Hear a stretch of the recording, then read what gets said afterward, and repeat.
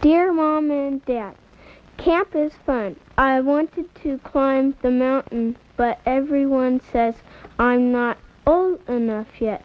Can I come back next year and do it? Bye, Nick.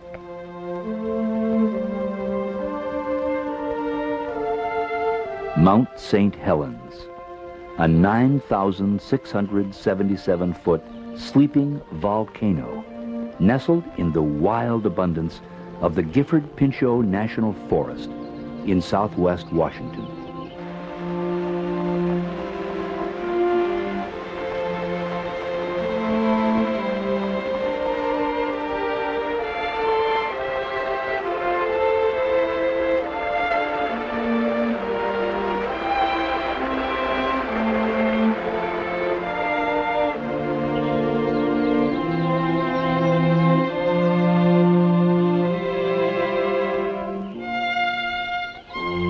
On March 20th, 1980, Mt St. Helens began to show telltale signs that her slumber was ending.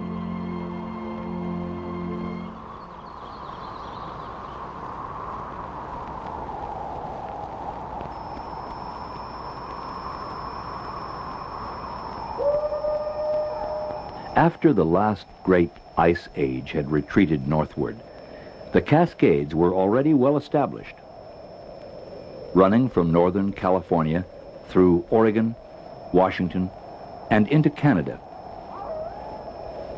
But there was one peak amongst them that was not so well established.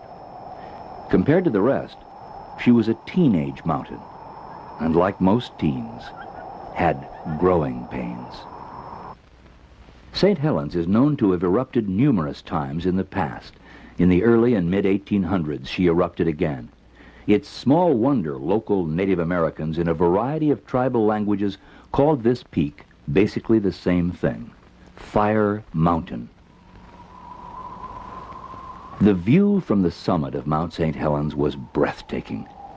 Below lay Spirit Lake.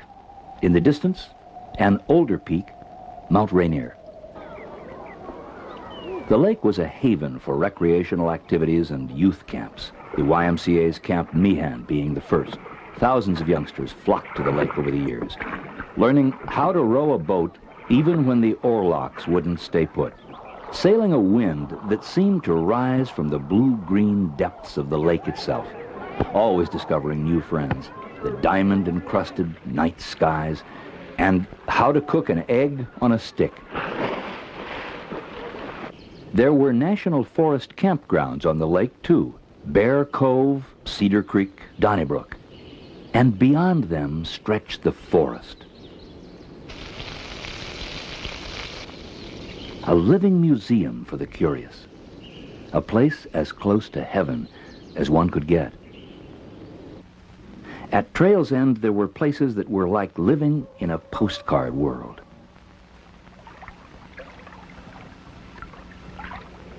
In the winter of 1979, changes were taking place deep beneath the mountain's serene exterior. On March 20th, 1980, a moderate earthquake beneath the mountain registered 4.1 on the Richter scale and was the first sign of an eruptive phase. Swarms of quakes followed until March 27th. We are directly over Mt St. Helens right now, and there is no question at all that the volcanic activity has begun. You can see smoke and ash pouring from the top of the mountain, especially on the north side of the mountain.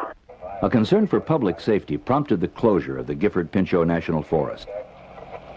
What scientists had anticipated, the eruption of Mt St. Helens before the end of this century, had begun. The mountain had a newly opened crater, measuring about 250 feet in diameter. The earthquakes continued. Forest Service and cooperating scientists went right to work. 845. Ringing the mountain with an array of gadgets, hoping to document even the slightest twinge. The Forest Service ordered immediate evacuation of its own nearby ranger stations, such as this one on Pine Creek on the southeastern flank of the mountain. They also strongly urged others having homes, lodges, or camps near the mountain to do the same. On the morning of March 29th, a second crater was observed, which had opened during the night. The new crater measured 75 feet wide and 30 to 60 feet deep.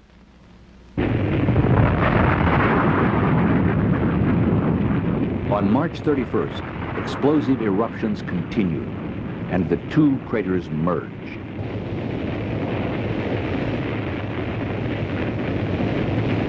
For the next several days, the mountain continued to spew ash and steam. Then, eruptive activity decreased. However, a bulge noticed earlier on the north-northeast flank of the mountain near Goat Rocks was found to be moving north-northwest at about 5 feet a day. Scientist David Johnston expressed the opinions of the U.S. Geological Survey. They would later prove incredibly accurate. In the initial phases, we'd see probably very large eruptions that would extend high into the air. This would spread ash over large areas in western Washington, maybe possibly in an extreme case even farther east. In the near flanks of the volcano, there would be more damage done by possibly hot avalanches, pyroclastic flows. Farther downstream, we could see mud flows and floods. Because this is such a symmetrical volcano and because the crater is so high, if there's an explosion, it's probable that the debris, the very hot incandescent ash that would come down, could come down all sides. But right now, there's a very great hazard due to the fact that the glacier is breaking up on this side of the volcano, on the north side, and that could produce a very large avalanche hazard. In the meantime, the chief of the Forest Service declared part of the land around the mountain a geological area to help protect the unique features. The Forest Service and the U.S. Geological Survey were taking the mountains seriously, as did the Spirit Lake Youth Camp operators, who coordinated their efforts and, along with a donated helicopter and a large refuse bin, began hauling out.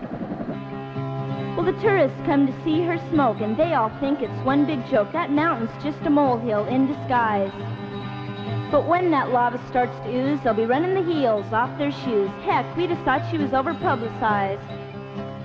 But the effects of Johnston's words were lost on most people, who were more interested in Mt St. Helens as just another roadside attraction. It's gonna rock, it's gonna roll, it's gonna leave a nasty hole. It'll be too late to find a place too high. As far as we know, it's just a joke. Well, not really a joke, I guess, but it could last 100 years. We're going to stay till the rocks start falling, I guess. You don't mind working in the shadow of the mountain, then? No, not at all. There's nothing to be scared of. More danger from one of them trees falling on the backside than there is a mountain of exploding. For 83-year-old Harry Truman, operator of St. Helens Lodge, nothing was about to move him from the shadow of his beloved mountain. Harry wants to stay, and he's not going to leave, so, and he's thanked us for our concern for coming. It's definitely a mistake. Somebody done it to cause trouble for me and the law and everybody else. That's my life. Spirit Lake and Mt St. Helens is my life, folks. I've lived there 50 years. It's a part of me. That mountain and that lake is a part of Truman, and I'm a part of it.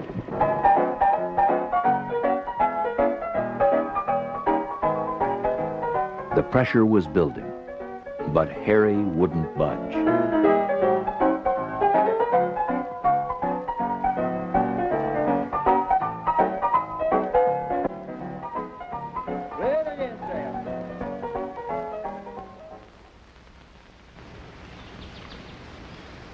The morning of May 18th, 1980.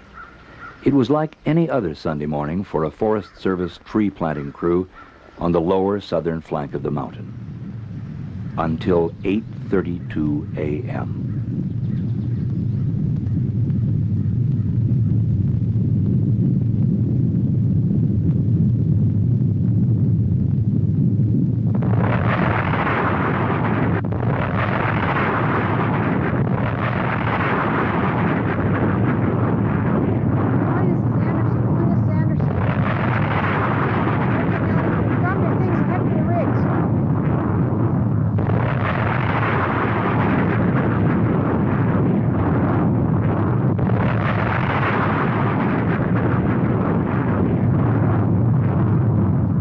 It seemed to happen in an instant. A cubic mile, tons of ash, rock, and ice were rocketed into the stratosphere. The cloud reached nearly 14 miles into the sky. The view was spectacular, but the wind was blowing in a northeasterly direction, and from that point of view, the clouds seemed like the end of the world. The skies grew dark, and at noon it was pitch black in most of eastern Washington. Everyone to not panic. If you want to start getting out some water supplies now to Life in the ash storm came to a gritty halt. I'm sorry, the road is closed from here any further east. Okay. This is as far east as you can go. Those who could move, however, moved quickly. The 304th Aerospace Rescue and Recovery Squadron from the Portland Air Base was called in to find geologist David Johnston, who was manning a scientific lookout above Coldwater Creek, 6 miles northwest of the mountain. He was never found. Nothing matches the map. Where's Spirit Lake? Is that it over there? I can't believe I've camped up in this area. Doesn't look like any place I've ever been before. As most of you already know, we had a major eruption occurring at 8:32 approximately this morning on Mount St. Helens. The first report that we actually got about the eruption was from Forest Service personnel that were administering a tree planting contract, and they reported over the radio to us that an eruption was occurring, and it seemed to be about 100 times greater than one that we've ever had in the past. It does appear that the northwest flank of the mountain seems to be gone. They have indicated that there have been some mud flows that come down the southeast flank of the mountain. Emergency procedures have been put into effect. At 10:15 this morning, the Cowlitz County reported that a 12-foot wall of water was coming down the Toutle River, and this was verified by the Washington State Patrol. The largest rescue mission in the history of the Northwest was soon underway. Look to the left now. Good. Give me a hand with that. Got from over here? Military helicopter units and other rescue squads joined the effort, coordinated by the county sheriff departments. By the end of the rescue operations, which lasted 2 weeks, more than 170 people were brought to safety. But in the final count, 61 were dead or missing. Japanese car of some type. Rotor wash from the helicopters kicked up great clouds of ash, making rescue difficult. In many places, it was impossible to land. Rescuers were lowered by cable to assist survivors who were then reeled to safety. Tons of ice and snow, melted by the intense heat of the raging volcano, mixed with the ash and began rampaging down the flanks of the volcano. One mud flow reached Swift Reservoir, about 10 miles to the south. But it was the debris-laden walls of water which tore down the north fork of the Toutle River that proved most spectacular and devastating. There is a mudslide down the mountain right now. Get up, Clifford! Let's get out filming it.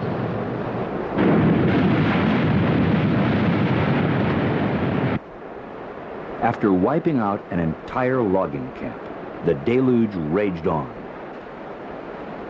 In a matter of hours, this river of destruction surged under the Toutle River Bridge on Interstate 5, closing the main arterial between Portland and Seattle. Entire forests and logs, hundreds of years old, roared past stunned onlookers. From the Toutle to the Cowlitz to the Columbia River, first attempts at clearing the debris became exercises in futility. For the first time in decades, the lower Columbia River was closed to freighter traffic.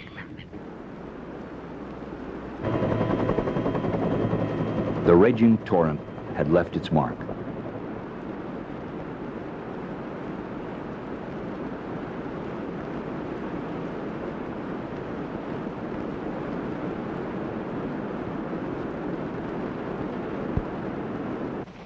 In a matter of hours, the winds carried the growing ash plume over Idaho and Montana. A month later, the plume had circled the entire Earth.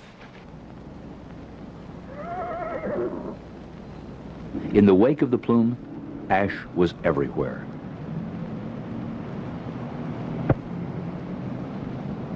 In some places, the price of a surgical mask quadrupled. Ash doesn't melt. Water turns it into a thick, grimy substance like wet cement. It's as back-breaking a job as moving a mountain should be.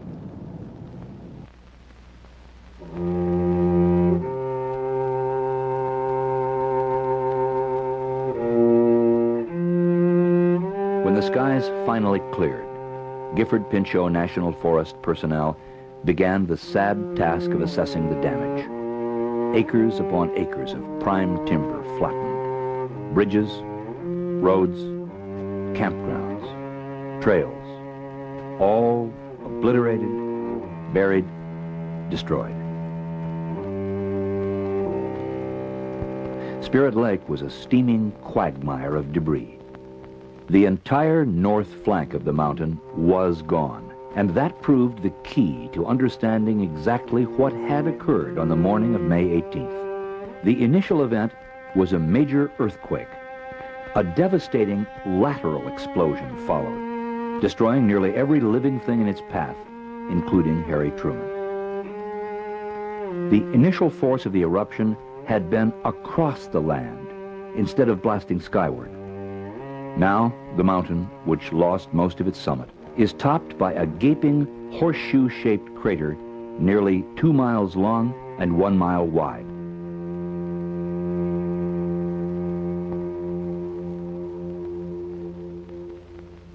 The perilous vantage point of a still photographer and the actual recorded voice of an eyewitness with a two-way radio bring the tremendous force of the May 18th eruption into chilling focus. Oh, I just felt an earthquake, a good one. Oh, now we've got an eruption down here. Now we got a big slide coming off. The slide is coming off of the west slope. Now we got a whole great big eruption out of the crater. And we got another that opened up on the west side, and the whole west side, northwest side is sliding down. Oh, wait, we got it, boy. The whole northwest section and north section blown up, and coming up over the ridge towards me. I'm going to back out of here. Photographer Gary Rosenquist barely escaped. Radio operator Jerry Martin did not. A recovery and planning team undertook an immediate survey of the area and began one of the most intensive planning efforts in the history of the Forest Service. Their preferred plan called for extensive protection of this window into the Earth's building process while recovering a portion of the downed timber and rehabilitating the land. Although at much lesser intensity, the mountain erupted 5 more times during 1980.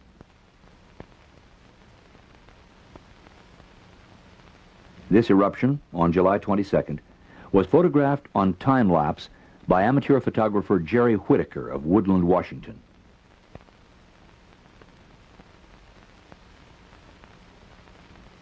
Meanwhile, a watchful eye is kept on the steamy crater and surrounding area. Some say the mountain shows signs of going back to sleep. Others say that's not likely, yet. But the fact is, no one knows for sure, and so the vigil continues.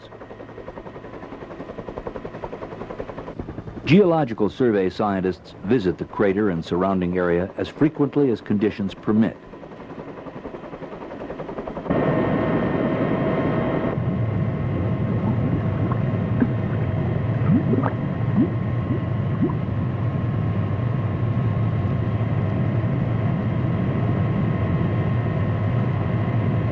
Rock samples are collected.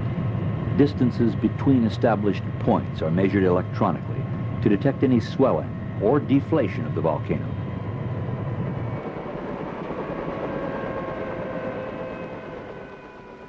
Forest Service and university scientists continue to monitor how plant and animal life are recovering.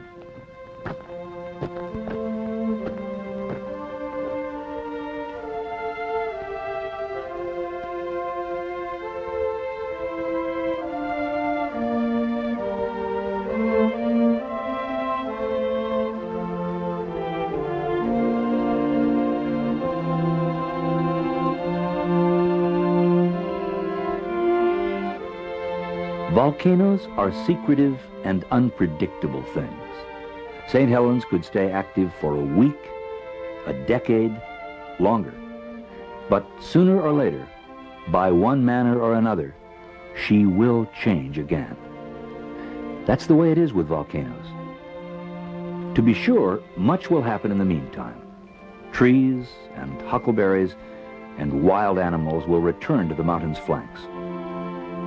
Spirit Lake will become clear and blue-green again, gurgling streams will again be favorite haunts of the trout and the fishermen. But for now, we have a landscape in transition, a rare opportunity to learn from the earth what the earth is made of, why it changes, and perhaps even when it will change again. For those who find the loss of a mountain as it once was difficult to bear, there is consolation in a long-range program which will protect the marvel of the area's natural recovery, allowing many generations to replay the instant of destruction, while at the same time being eyewitnesses to the magnificent healing powers of nature.